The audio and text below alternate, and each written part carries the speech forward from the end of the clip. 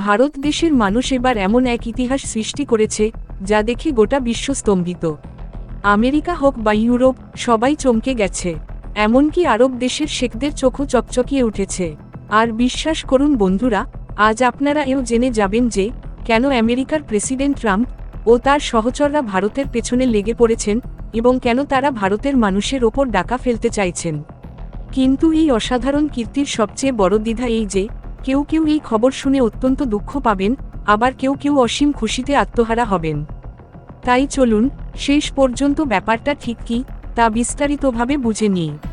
তবে তার আগে অনুরোধ করব, এই ভিডিওটি একটি লাইক করে চ্যানেলটি সাবস্ক্রাইব করে দিন। দেখুন বন্ধুরা, যেমনটা বলা হয়, যখন কোনো সন্তান নিজের ঘর ছেড়ে বেরিয়ে গিয়ে কিছু বড় করে দেখায়, তখন সে কেবল নিজের মা বাবার নয়, বরং গোটা দেশের নাম উজ্জ্বল করে তোলে। আর এবার ভারতীয় পুত্রকন্যারা এমন এক কাণ্ড ঘটিয়ে ফেলেছেন যা আজ পর্যন্ত পৃথিবীর অন্য কোনো দেশের মানুষ করে দেখাতে পারেনি। হ্যাঁ বন্ধুরা, ভারতের প্রবাসী নাগরিকরা অর্থাৎ এনআরআইরা এবছর এমন একটি রেকর্ড গড়েছেন যা শুনে আমেরিকা, চীন, ব্রিটেন তো ছেড়েই দিন, আরব দেশের শাসকরাও অবাক হয়ে গেছেন। এই খবর শুনে বিশ্বের বহু দেশের চোখ ধাঁধিয়ে গেছে। আসলে আমাদের দেশের কেন্দ্রীয় ব্যাংক অর্থাৎ RBI, reserve bank of India, প্রতি বছর ভারতের আর্থিক খাতগুলোর একটি বিস্তারিত রিপোর্ট প্রকাশ করে, যাতে করে আমরা নিজেরাই বুঝতে পারি আমরা কোন ক্ষেত্রে ভালো করলাম আর কোন ক্ষেত্রে খারাপ। এই রিপোর্টগুলোর মধ্যে একটি বিশেষ রিপোর্ট আছে যার দিকে শুধু ভারত সরকারই নয়, বরং বলা যায় ভারত সরকারের থেকেও বেশি নজর রাখে বিদেশি সরকারগুলো। আমরা কথা বলছি রেমিট্যান্স নিয়ে, মানে বিদেশ থেকে ভারতে আসা সেই টাকা যা প্রবাসী ভারতীয়রা তাদের পরিবার, সমাজ ও দেশকে পাঠান।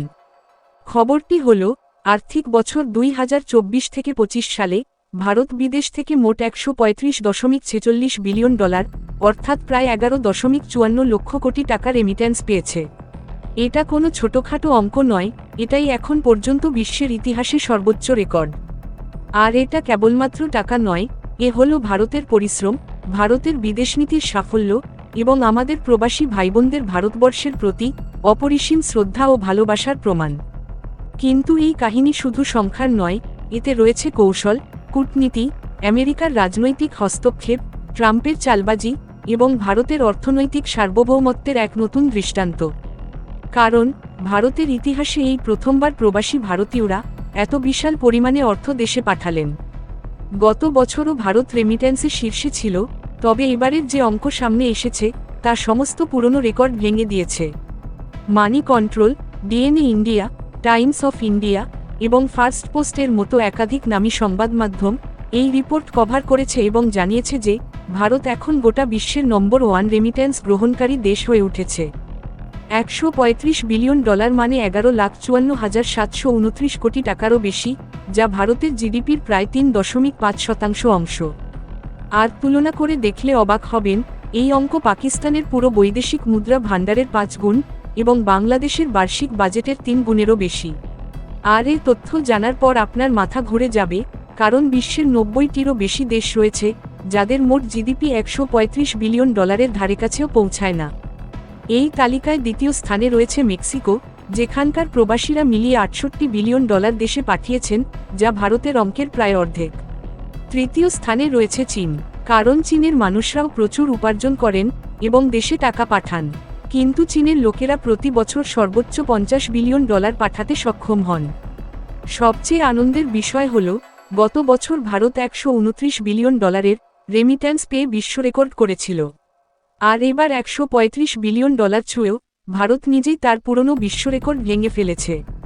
এখন প্রশ্ন উঠছে, এই বিশাল অঙ্কের টাকা এলো কোথা থেকে? সবচেয়ে বেশি টাকা এসেছে যুক্তরাষ্ট্র থেকে, যার অবদান 27%। এরপর সংযুক্ত আরব আমিরাত, সৌদি আরব, কাতার, যুক্তরাজ্য এবং সিঙ্গাপুর সহ আরও বহু দেশের বড়সড় অবদান রয়েছে। এর মানে একেবারে পরিষ্কার, ভারতের শ্রমিক, ইঞ্জিনিয়ার, ডাক্তার, প্রযুক্তি বিশেষজ্ঞ ও ব্যবসায়ীরা বিশ্বের প্রায় প্রতিটি দেশে ভারতের পতাকা উড়িয়ে দিচ্ছেন। এখন সবচেয়ে বড় প্রশ্ন হল, ভারত বিশ্ব রেকর্ড গড়েছে, এটা তো নিঃসন্দেহে প্রশংসনীয়। কিন্তু এই রেমিট্যান্স থেকে ভারতের আসলে কি উপকার হয়? কারণ এই অর্থ তো আমরা আমাদের আত্মীয় পরিজনদেরই পাঠাই। এই বিষয়ে আপনাকে জানিয়ে রাখি, এর ফলশ্রুতিতে দেশের অনেক বড় উপকার হয়। প্রথম ও গুরুত্বপূর্ণ বিষয় হল বৈদেশিক মুদ্রার রিজার্ভ বাড়ে, যার ফলে রুপির মান মজবুত হয়। কারণ যারা বিদেশে থাকেন তারা যে অর্থ ভারতে পাঠান তার বেশিরভাগই ডলার বা অন্য কোনো বিদেশি মুদ্রাতে থাকে। আরবিআই এই মুদ্রাগুলো সংরক্ষণ করে রাখে এবং তার পরিবর্তে দেশের অভ্যন্তরে আত্মীয় পরিজনদের ভারতীয় রুপিতে অর্থ প্রদান করে। ফলে ডলারের তুলনায় রুপির মান স্থিতিশীল থাকে ও অনেক সময়ে বাড়ে।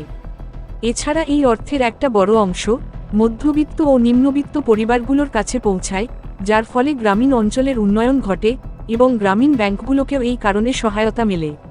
এর ফলে তারা আরও বেশি করে নতুন বিনিয়োগ সংগ্রহ করতে পারে। আরও একটা দারুণ দিক হল ভারত তার বেশিরভাগ প্রয়োজনীয় জিনিস বিদেশ থেকে আমদানি করে, যেমন ক্রুড অয়েল, ন্যাচারাল গ্যাস অথবা টেকনিক্যাল যন্ত্রপাতি। এসবের পেমেন্ট মার্কিন ডলারে করতে হয়। আর যেহেতু আরবিআই এর রিজার্ভে আগেই এই ডলার মজুদ থাকে, তাই আন্তর্জাতিক বাজারে অর্থ প্রদান আরও সহজ হয়। মানে এই রেমিট্যান্স দেশের অর্থনীতির শিরায় রক্তের মতো প্রবাহিত হয়, যাকে আপনি জাতি গঠনের অক্সিজেন বলতে পারেন।